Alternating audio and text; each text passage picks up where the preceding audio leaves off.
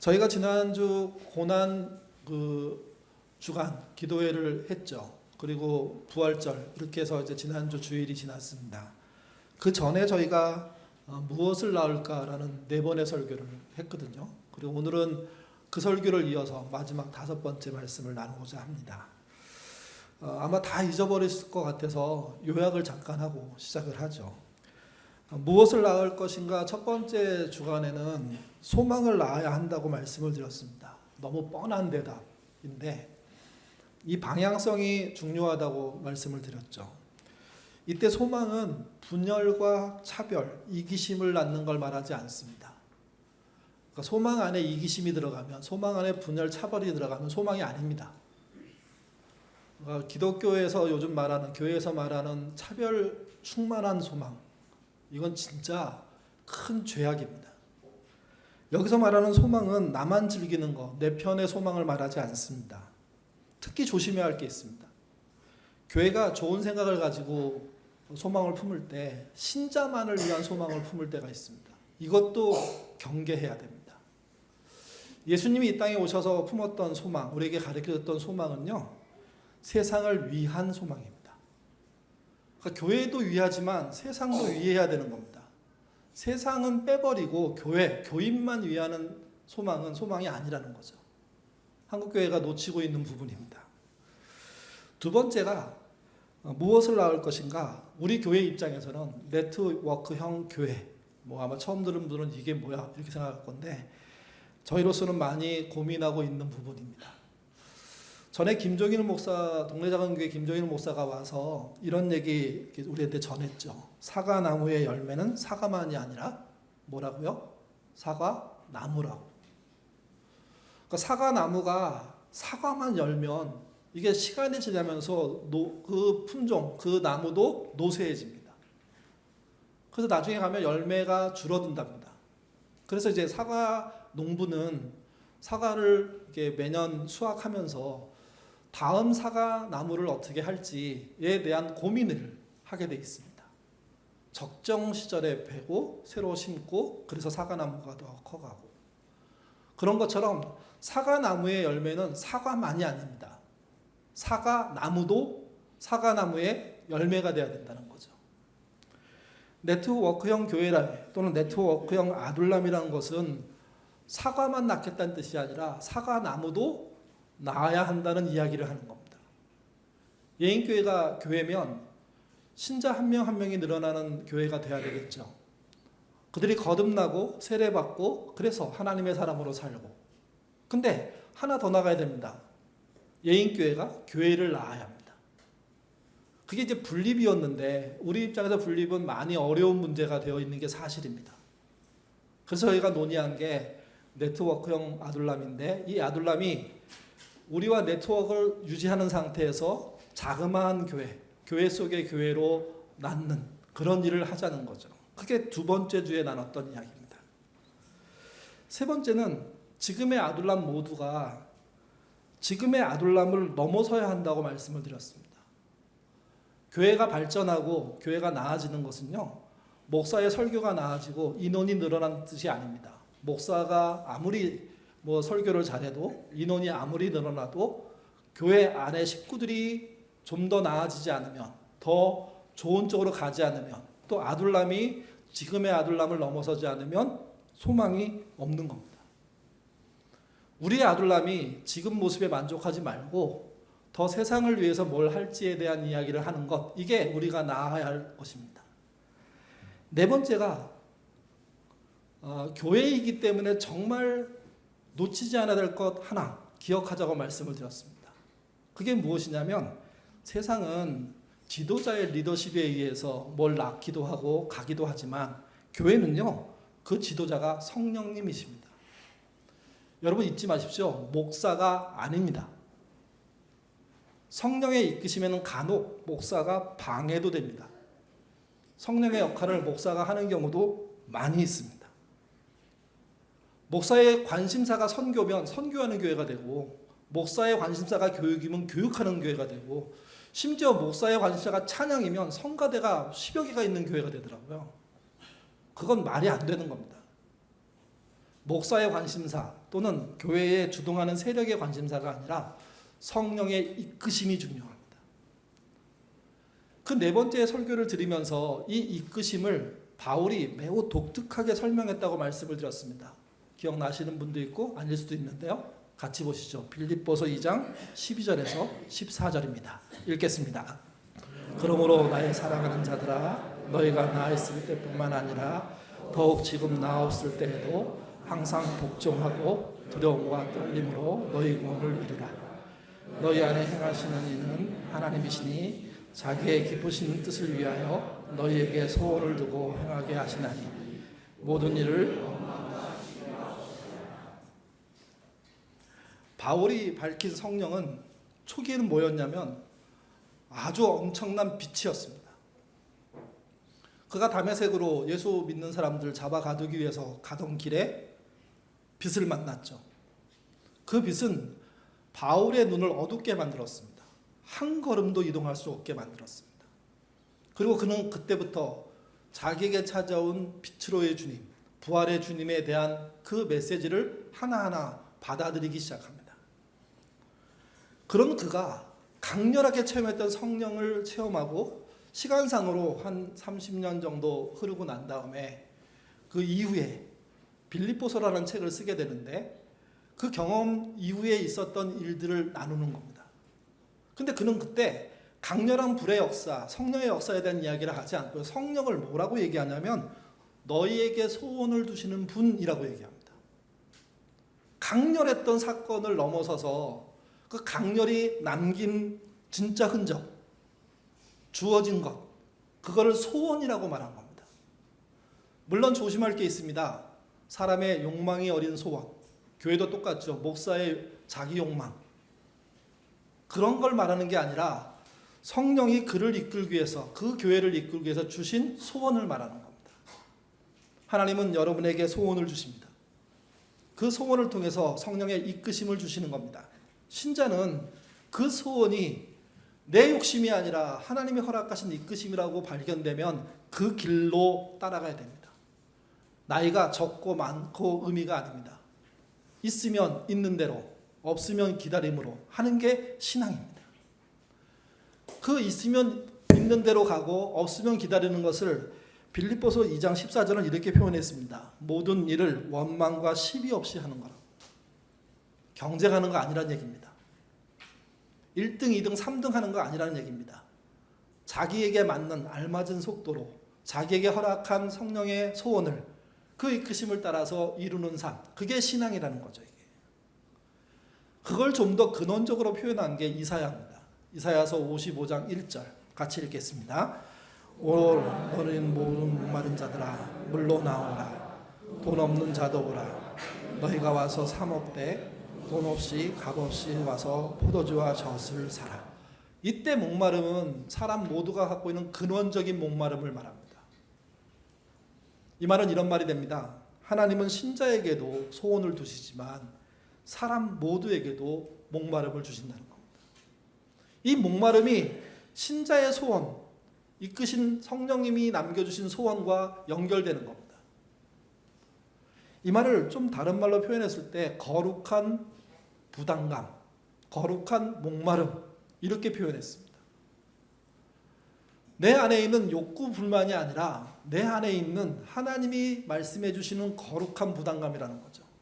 그게 신자에게는 소원이란 방식으로 나타날 수 있고 세상 모든 사람에게는 목마름이란 방식으로 나타날 수 있다는 겁니다. 이 말은 이런 말도 됩니다. 하나님의 이끄심은요, 신자만이 아니라 신자 아닌 사람에게도 나타납니다. 여러분 잊지 마십시오. 하나님의 그 품을, 그 넓이를, 그 깊이를 교회 안으로, 신자 안으로 가두는 게 교회의 실수, 신자의 실수입니다. 아닙니다. 우리가 아닌 다른 사람들도 충분히 역사하셔서 이끄시는 분이 하나님이고 그들 앞에서 인정받으실 분이 하나님이시라는 거죠. 이 목마름이 우리가 말하는 소원과 연결되어 있습니다. 예수님은 마태복음 5장 6절과 7절, 10절에서 이렇게 말합니다. 의에 줄이고 목마른 자는 복이 있나니 그들이 배부를 것이고 의를 위하여 박해받는 자는 복이 있나니 천국이 그들의 것이라고요. 이 목마름, 이 소원은 천국과 관련되어 있습니다. 이 목마름을 잘 이루는 자, 이 소원을 잘 이루어 나가는 삶, 그것이 천국에 이르냐 이르지 못하느냐 하는 결과에 도달한다고 예수님이 말씀하시고 계시는 겁니다. 여러분, 믿으면 구원받죠? 근데 믿는 사람 모두가 구원받느냐, 그 믿음이 진짜냐 이렇게 따지면 사실은 혼란스럽습니다. 예수님은 그 이유를 하신 겁니다. 그 이야기 이유를 하신 겁니다. 의에 줄이고 목마른 자, 그로 인해서 받게 받는 자, 그에게 배부름과 천국이 있다는 이 약속, 여러분 잊지 않으셔야 됩니다. 그렇기 때문에 우리에게 있는 소원, 우리에게 허락한 소원, 성령의 이끄심으로 알고 그 소원이 내 안에 움직일 때 그 소원과 함께 무엇을 해야 될지를 생각하는 신자로 사셔야 됩니다. 이건 어린아이든 80노인이든 상관없이 똑같습니다.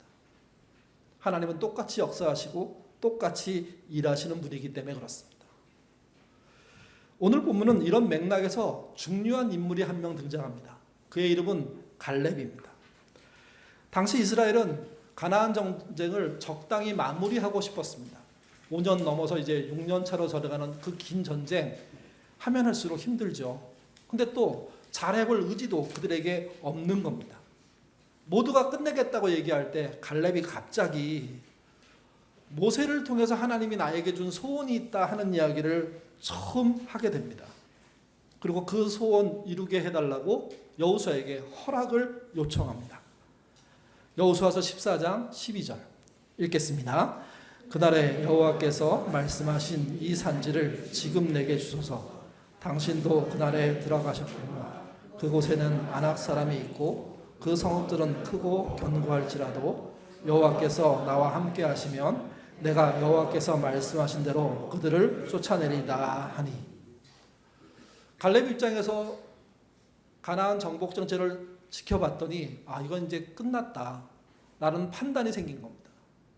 그래서 이제 민족적인 전쟁이 끝나가니 개인적으로 하나님이 주신 소원 하나를 이루어야 된다고 생각한 거죠. 그게 헤브론을 정복하는 거였습니다. 헤브론은 이스라엘에게 역사적인 의미가 있는 땅입니다. 왜 그러냐면 하란을 나와서 아브라함이 가나안에 들어갔을 때 첫 번째 제사 드린 땅이 헤브론입니다. 또 아브라함의 아내 사라가 죽었을 때 땅을 사게 되잖아요. 막벨라 굴을 사게 되는데 그 굴이 헤브론에 있습니다. 그래서 사라를 거기에 묘지를 쓰죠. 이삭도 야곱도 거기에 묘지를 쓰게 됩니다. 그러면서 아브라함 이후에 이스라엘 조상들의 가장 중심지로서 헤브론이 자리 잡게 되는 겁니다. 그러니 역사적으로나 가족적으로나 민족적으로나 대단한 의미가 있는 땅이죠. 그 땅을 갈렙이 회복하겠다는 겁니다. 그런데 여러분, 그 갈렙은 이스라엘 사람이 아닙니다. 출애굽할 때 성경에 보면 잡다한 족속이 함께 나왔다고 써 있지 않습니까? 잡다한 족속이 서너 명 나온 게 아니라 꽤 많이 나왔다고 써 있습니다. 그 꽤 많은 사람 중에 한 사람이 갈렙인 거죠. 이방인이었습니다. 그 이방인이 아브라함 조상이 만든 땅, 또 조상들이 묻힌 땅, 이 땅을 회복하겠다고, 그것을 약속받았다고 그렇게 얘기하는 겁니다. 이 땅이 그러면 쉽게 차지할 수 있는 땅이냐? 그렇지 않습니다. 험악한 산악 지역입니다. 해발 800m, 900m 돌산들이 있는 그런 산맥과 같은 지역입니다. 그런 곳의 전쟁은 일단 쉽지 않습니다. 왜 그러냐 하면 고지 위에 적들이 있고 고지 밑에 이제 우리 편이 있다고 할 때 고지 위를 공격해야 되잖아요. 그러면 현대 군사적으로도 3배 이상의 군사력이 필요합니다. 3배 이상이지 3배라는 말이 아닙니다. 적어도 3배가 넘어가야 됩니다. 3배가 아니라 10배, 이 정도는 퍼부어야 되는 거거든요. 인원 10배가 아니라 무기의 10배도 그렇습니다. 그래서 무차별 난타를 해야 고지를 점령할 수 있는 기회가 생기고 그래서 빼앗을 수 있습니다. 헤브론은 그런 지역입니다. 또 한 가지는 이스라엘이 가나안 전쟁을 5년, 6년 이렇게 하고 있는데 그들의 무기는요, 철제 무기가 아니었습니다. 칼, 창 이런 식이 아니라 농기구, 몽댕이 이런 거 들고 나와서 싸우면서 나중에 이제 가나안 거를 좀 뺏어 가지고 자기 거로 만드는 정도이지 재련 기술이 있지 않았거든요. 근데 헤브론에는, 가나안의 곳곳에는 재련 기술이 존재했습니다. 강력한 무기로 상대가 나오는데 이쪽은 형편없는 무기로 나가서 싸워야 되는 겁니다. 죽기를 각오해야 되는 거죠. 이게. 또 한 가지는 거기 사는 사람들입니다. 아낙 자손이라고 쓰여 있는데 그들은 거인을 말합니다. 저희들 이 건물이 있는 앞에 가면 호텔이 2개 있는데 그 호텔에 배구 선수들, 농구 선수들이 가끔 와서 주말에 이렇게 또는 게임 있는 전날 그 숙박을 하거든요.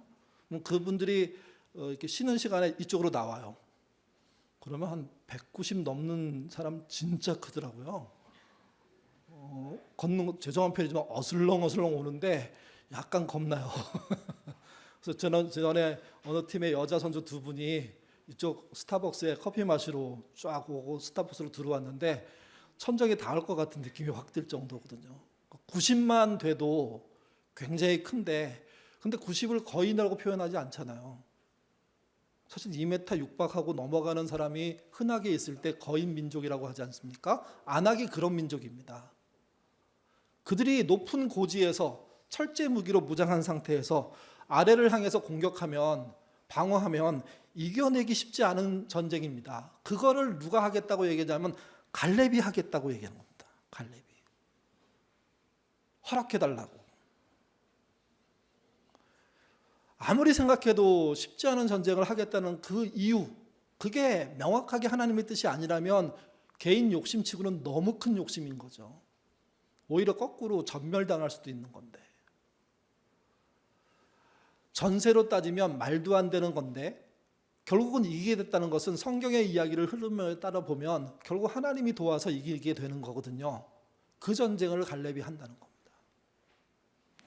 또 하나 중요한 게 있습니다. 그걸 하겠다는 그분의 태도입니다. 저는 이게 더 중요하다고 생각하는데요. 당시 갈렙의 나이는 85이라고 얘기하고 있습니다. 본인이 이제 인생 말년에 하나님 명령을 완료하겠다고 그렇게 얘기합니다. 근데 그는요, 다른 족속들 지파들이 곳곳에서 이스라엘이 가나안과 적당히 타협하고 있었거든요. 그래서 그만 전쟁하자, 너희는 여기 살아라, 우리는 여기 살았게 해서 쫓아내는 일이 멈춰진 상태였습니다. 그러면 보통 의로운 일을 하는 사람들이 어떤 실수를 하냐면요, 제대로 못한 사람들을 비난합니다. 비판합니다. 공격합니다. 그러면서 자기에게 집중하도록 만듭니다. 선거라는 게 그런 거 아닐까요, 요즘? 상대방을 비방하고 심지어 없는 얘기도 꾸며서 말하고 나중에 고발당하면 뭐 취소해 주겠지 하는 마음으로 하잖아요. 그리고 우리도 그런 줄 알고 보고 있죠. 근데 갈렙이라는 존재는 그 전쟁을 망치고 있는 사람들에 대한 얘기를 단 한마디도 하지 않습니다. 오직 무슨 얘기만 하냐면 나에게 허락된 이 소원을 하게 해달라고, 묵묵히 하겠노라고, 그리고 묵묵히 해냅니다. 그렇기 때문에 이 갈렙이 소원을 주신 하나님 앞에 마땅히 행할 바를 한 대표적인 인물이 되는 겁니다. 비난하고 비판하고 깎아내리고 뭐 유언비어 퍼뜨리고 그래서 자기를 유리하게 만들고 그래서 더 멋있게 더 성공한 뭐 영웅으로 만들고 이런 게 관심이 없습니다. 내게 주신 소원을 내가 이루게 된다면 감사한 일이다. 그러니 허락만 해달라고. 나머지는 우리 민족이, 우리 족속이 알아서 하겠다고. 결국 그 족속에 대한 모든 것을 허락해 주죠. 이때 남을 비판하지 않고 비난하지 않았던 게 정말 좋은 태도입니다. 여러분 언제 남을 비판하지 않으면서 옳은 일을 할 수 있을까요? 그 옳은 일을 하는 사람의 일이 남들의 일보다 클 때입니다. 그 크기로 덮을 수 있습니다. 또 가치가 높을 때입니다. 더 나은 가치로 좀 형편없는 가치들을 덮어줍니다. 그래서 함께 갈 수 있도록 만드는 힘들이 생기는 거죠. 그 사람이 더 고귀할 때 그렇습니다. 하나님의 부르심이 명확하고 개인의 욕심이 없고 상대방을 봤을 때 그들도 부족하지만 하나님의 뜻을 따른 사람들이야 하는 고귀한 생각을 하기 시작하면 비판하지 않습니다. 또 어떻게 그런 일이 드러나면 하나님의 뜻이 명확하다고 본인이 확신할 때, 그러면 남 비판할 시간이 없습니다. 본인이 그 뜻을 이루기에 바쁩니다. 집중합니다.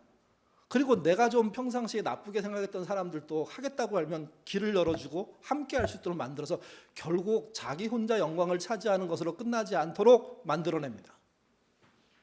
이게 진짜 신앙이고 진짜 소원을 가진 자죠. 그러니 비판하지 않고 대안을 만드는 사람이 되는 겁니다. 갈렙이 성경에 보기 드물게 그 일을 해낸 사람입니다.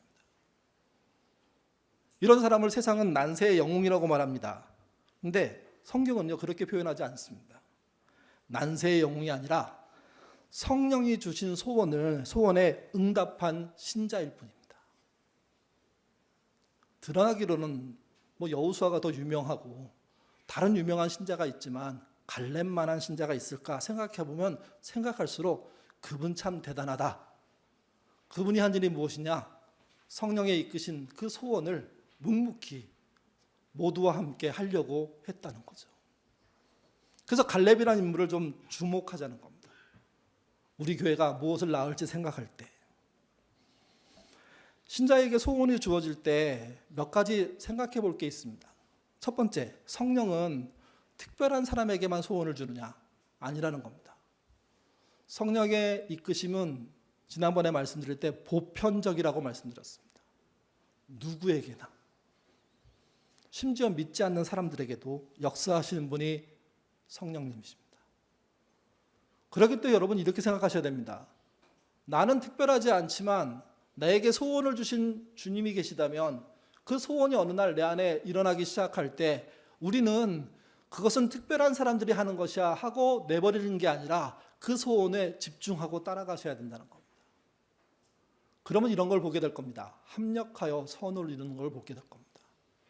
누구는 좀 더 빨리 가면서 그 선을 이루고 누구는 좀 더 늦게 가면서 그 선을 이루고 가다 보니까 같은 일이고 함께하는 일이고 가다 보니까 거대하게 이루어지는 하나님의 역사고 오늘날 교회의 문제는 이겁니다. 이런 역사가 아둘람에서 교회에서 개교회에서 한국교회에서 안 벌어지고 있는 겁니다.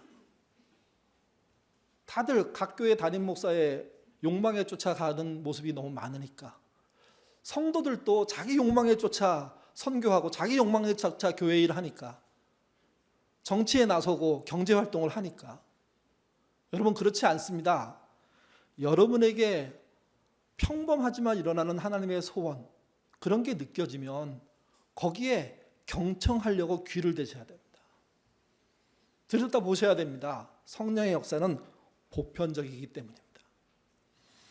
우리 교회를 향한 예인을 향한 소원이 뭘까? 오랫동안 저희는 고민했습니다. 그래서 전에 그 사역 아둘람 이렇게 표현했고 그 다음에 목적 아둘람 이렇게 표현했고 최근에는 네트워크형 아둘람 이렇게 표현했죠. 네트워크형 아둘람을 하자고 얘기하면서 오해들이 많이 생겼습니다. 그런 아둘람이 많이 생기면 모교회는 어떻게? 예인교회는 어떻게 되는 거야? 여러분 다시 말씀드리지만 모교회, 예인교회는요 몇 개의 아둘람이 네트워크로 생긴다고 해서 흔들리는 게 아닙니다. 모교회를 최선을 다해서 교회로서 유지되고 건강하게 활동하도록 애쓸 겁니다. 운영위원들은 거기에 집중할 겁니다. 그래서 주일 예배가 제대로 돌아가고 주일학교와 독립사역이 제대로 사역하고 아둘람 모임이 활발하게 되도록 만들어갈 겁니다. 그러니까 모교회를 악화시키는 방식의 네트워크형 아둘람은 하려는 게 아니라는 겁니다. 모교회가 제대로 잘 자리 잡고 그래서 튼실하게 교회 역할을 감당해야 네트워크형 아둘람도 운영 가능하게 되는 거죠. 네트워크 아둘람이 나가겠다는 아둘람이 생기면 운영위원회는 그들과 대화할 겁니다. 운영위원회가 지시하고 감독하고 감시하는 게 아니라 대화해서 할 수 있는 건 열심히 하고 좀 어려운 건 함께 기다리는 방식으로 하게 될 거고요. 이때 모교회를 흔드는 방식으로 어떤 일도 진행되지 않습니다. 성령의 이끄심을 얘기할 때 또 하나 생각할 게 있는데 그게 무엇이냐면 성령의 이끄심을 느끼는 사람들이 그 이끄심을 내 마음에 드는 것으로 고르려고 하는 문제가 생깁니다. 갈급함, 거룩한 부담감, 목마름, 소원이 생겼는데 그것을 이렇게 생각하는 거죠. 더 마음에 드는 것으로 바꾸려고, 더 괜찮은 것으로 찾으려고, 더 쉽게 재밌게 즐겁게 하려고, 성과 잘 나오는 것만 하려고, 남들이 부러워하는 것만 하려고 하는 태도로 접근하면 대부분 이 이끄심은 실패합니다. 내가 자랑되기 위해서 하는 일이 아니기 때문입니다. 네트워크형 아들람도 똑같습니다. 참여하는 사람들의 자랑으로 얘기가 전개되면 그것처럼 아쉽게 끝나는 게 없을 겁니다.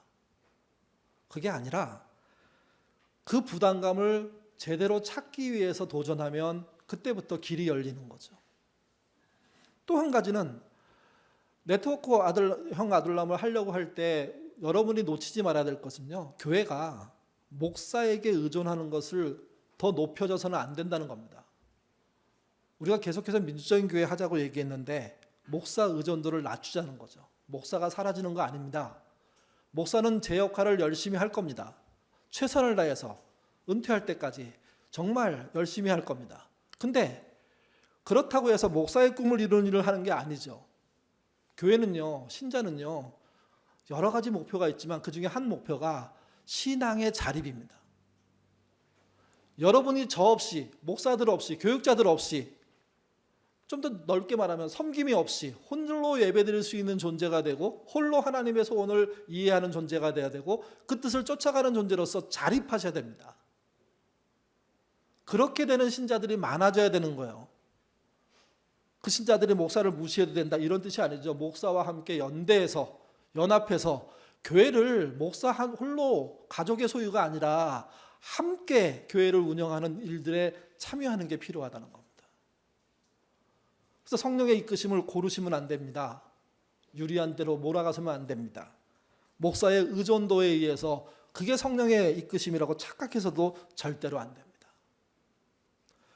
네트워크형 아둘람 얘기할 때 우리는 당연하게 떠오르는 아둘람이 있죠. 세봄입니다. 오늘 이 시간 아마 그들이 모이는 장소에서 예배를 드리고 있을 겁니다.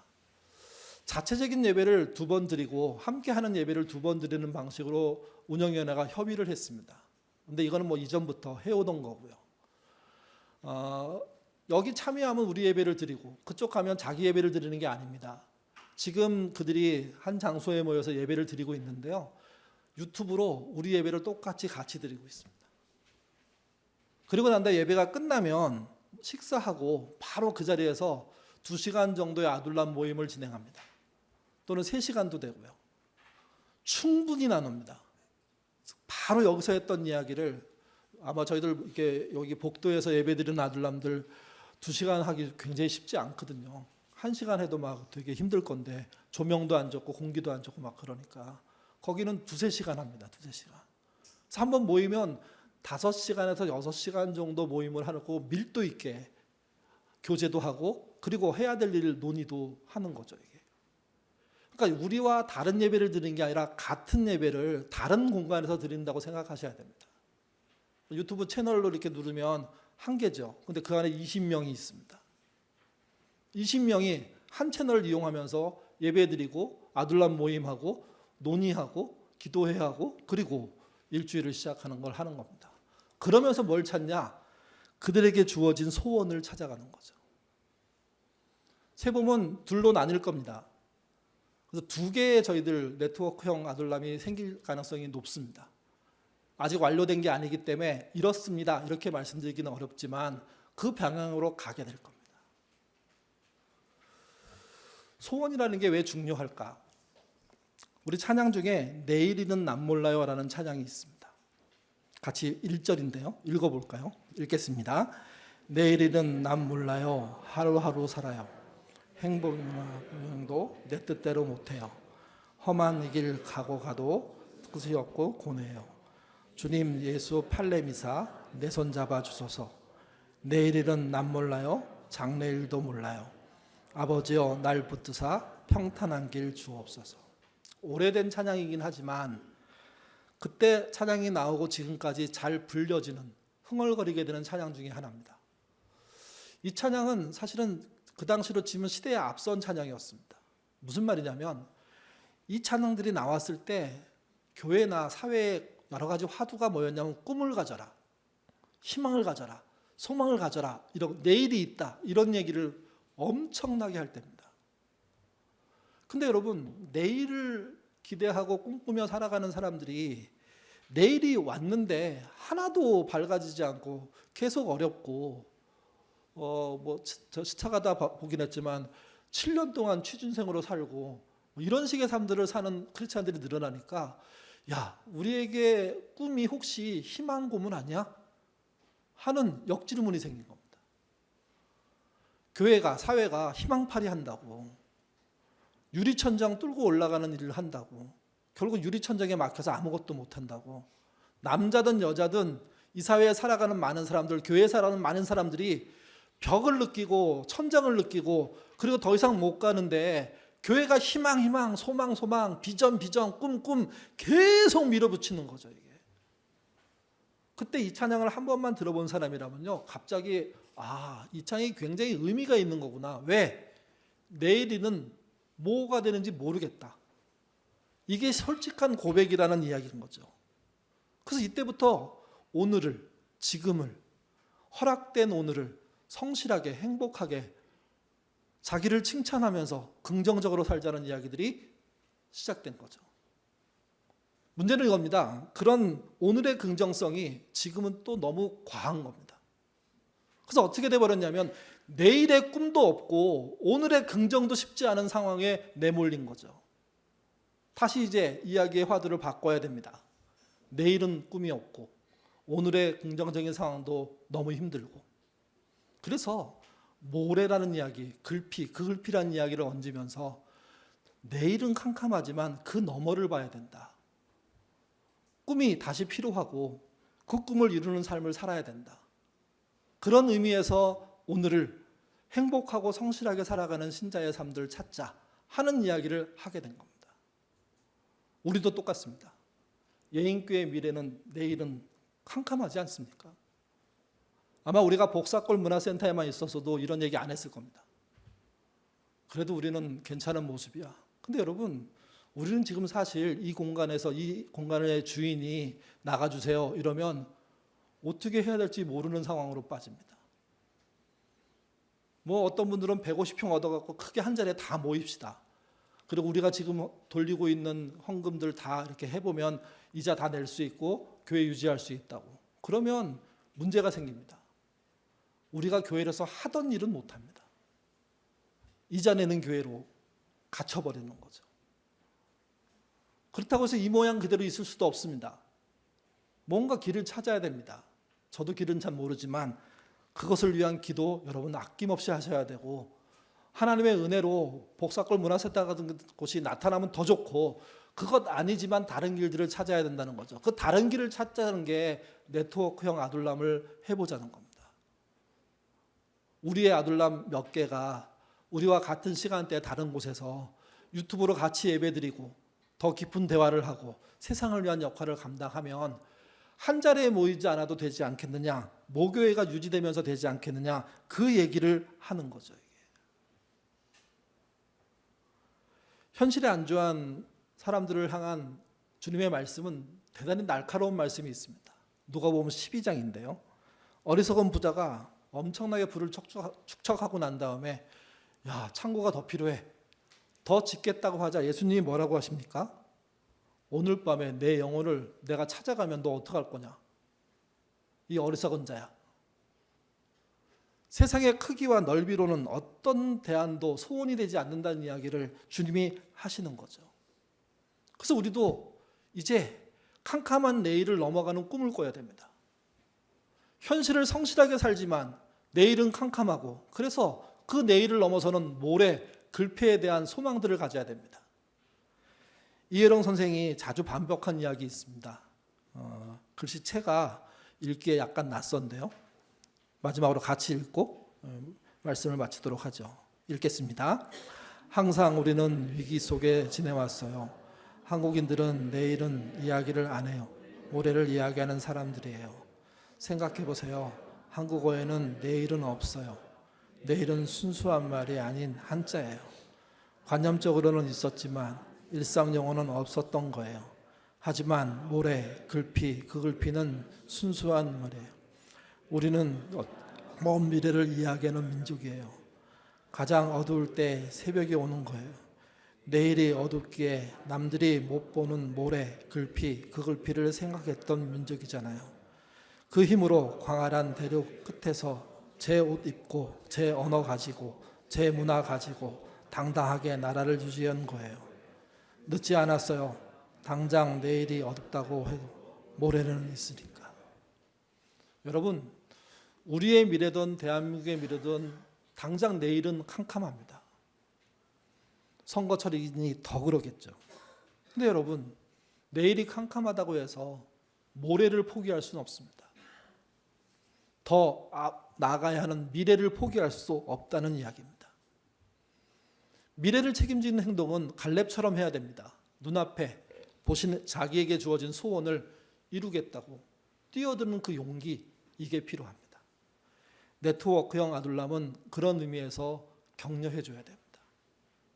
모교회를 든든하게 지키면서도 건물 없는 교회 정신을 실현하려고 하는 그들의 소원, 그것이 개인의 욕망을 채우는 것이 아니라면 우리는 지지하고 함께해 줄 필요가 있습니다.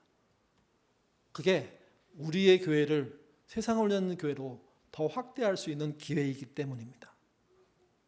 내일은 불투명하다고 계속 말씀드리죠. 근데 여러분, 모레가 소망스럽게 다가온다면 내일의 불투명함도 이길 수 있습니다. 더 먼 미래에 대한 더 큰 하나님의 소원을, 내게 일어난 그 소원을 남들과 연결해서 이루시는, 그래서 더 건강한 교회로 가는 저와 여러분 되시기를 주님의 이름으로 부탁드립니다. 기도하겠습니다. 우리는 너무 성급할 때가 있습니다. 잘 모를 때, 그때 불안해합니다. 또 성급하게 말도 합니다. 교회에 대한 그런 여러 가지 걱정들을 교회 많은 식구들이 하고 있습니다. 나들목과 같은 공간에서 앞으로도 계속 가야 할지 저도 걱정입니다. 하나님의 은혜를 허락해 주셔서 예전처럼 공공시설을 썼으면 좋겠습니다. 근데 사회가 그 공공시설을 우리 규모에 허락하지 않는다면 우리는 새로운 대안들을 찾아야 할 것입니다. 환경과 조건이 맞지 않아서 주저앉는 것이 아니라 맞지 않는 그 조건, 환경 때문에 하나님이 이끄시는 새로운 소원이 무엇인지 집중하는 그런 예인 식구들 될 수 있도록 하나님 인도하여 주옵소서. 그래서 전통적인 한국교회들이 한 공간에 다 모이면서 유지되고 있지만 우리만은 이전에도 그렇지 않았지만 앞으로도 그렇지 않은 독특한 방법으로 갈 수 있도록 하나님 인도하여 주옵소서. 사실 저조차도 그 길이 뭔지 모릅니다. 근데 23년 전에 주셨던 감동, 그 이후에 지속적으로 줬던 감동들을 기억합니다. 민주적인 교회가 되지 않는다고 했을 때 우리는 민주적이라는 소원을 가지고 교회를 시작했습니다. 건물 없는 교회가 말도 안 된다고 말할 때 우리는 건물이 필요하지 않다는 것이 아니라 필요 없이 엄청난 재정으로 건물을 만들지 않겠다는 태도로 건물 없는 교회를 생각했습니다. 소유는 많고 누림은 많겠다는 교회의 그런 흐름을 거슬러서 우리는 소유는 적게 하고 나눔은 크게 하겠다는 그런 꿈도 꿨습니다. 도시를 피해서 전원으로 다 피해가고 그곳에 전원생활을 하겠다는 많은 욕망이 일어날 때 우리는 도시 속 피난처를 이야기했습니다. 과연 이게 사람의 지혜로만 됐을까요? 우리에게 주신 정말 새로운 소망들 때문에 그렇게 한 게 아닐까요? 앞으로도 그런 인도하심이 우리에게 허락되기를 원합니다. 그래서 세상에 상식적으로 운영되는 교회의 모든 방식들을 거스를 수 있는, 그들을 비난하지 않고 비판하지 않고 우리가 해낼 수 있는 그런 대안의 모습들 허락해 주시고 그 대안을 우리 네트워크형 아둘람을 통해서 이루는 그런 교회 될 수 있도록 도와주시옵소서. 사실 모두가 모이지 못하기 때문에 답답함이 큽니다. 보고 싶은 교회 식구들도 참 많습니다. 그럼에도 불구하고 이 보고 싶은 그런 개인적인 길에 접고 오히려 흩어져 있지만 세상을 위한 교회로 가는 그런 용기 있는 예인교회 되도록 인도하여 주옵소서. 교회를 지키냐고 수고한 우리 어르신들이 많이 걱정하고 있습니다. 그들의 걱정 잘 새겨듣고 그 걱정을 잘 풀어드리는 그런 운영위원들, 목회자 될 수 있도록 도와주시고, 또 도전하겠다고 소원을 키우는 분들 격려해서 그 길을 열어주는 우리가 될 수 있도록 하나님 인도하여 주옵소서. 이런 길이 모교회를 튼튼하게 만드는 길이 될 수도 있습니다. 남들이 가지 않는 그 길 감으로 말미암아 건강한 교회에 대한 소망 이루는 예인교회 되기를 원하오며 예수님 이름으로 기도드립니다. 아멘.